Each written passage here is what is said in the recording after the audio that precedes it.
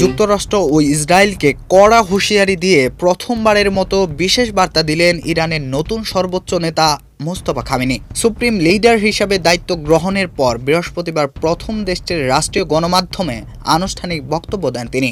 মার্কিন ইসরায়েলিদের কড়া হুঁশিয়ারি দিয়ে খামেনি বলেন, আমি সবাইকে আশ্বস্ত করছি যে আমাদের শহীদদের রক্তের বদলা নিতে আমরা পিছুপা হব না। আমাদের এই প্রতিশোধ কেবল বিপ্লবের মহান নেতার শাহাদাতের মধ্যেই সীমাবদ্ধ নয়, বরং শত্রুর হাতে শহীদ হওয়া জাতির যে কোনো সদস্যের রক্তের বদলা নেওয়া হবে।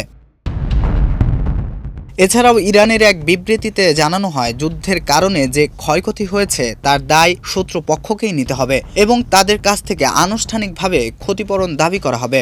মোস্তফা খামেনি বলেন, যদি শত্রুপক্ষ এই ক্ষতিপূরণ দিতে অস্বীকার করে তবে তাদের সম্পদ বাজেয়াপ্ত করা হবে। এছাড়াও ইরান সতর্ক করে দিয়ে বলেছে, যদি সম্পদ বাজেয়াপ্ত করাও সম্ভব না হয় তাহলে সমপরিমাণ শত্রু সম্পদ ধ্বংস করা হবে।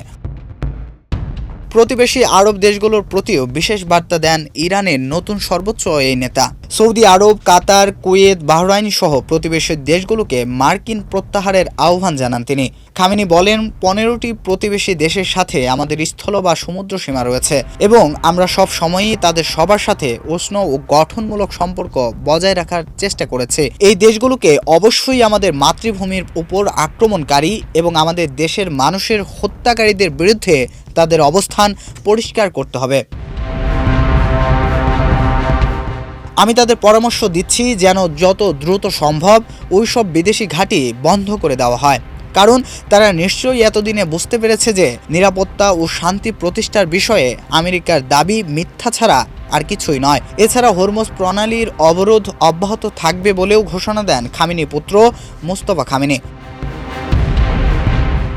বিশ্লেষকরা ধারণা করছেন, ইরানের এই কঠোর বক্তব্য যুদ্ধ পরিস্থিতিকে আরও উত্তেজনাকর করে তুলতে পারে।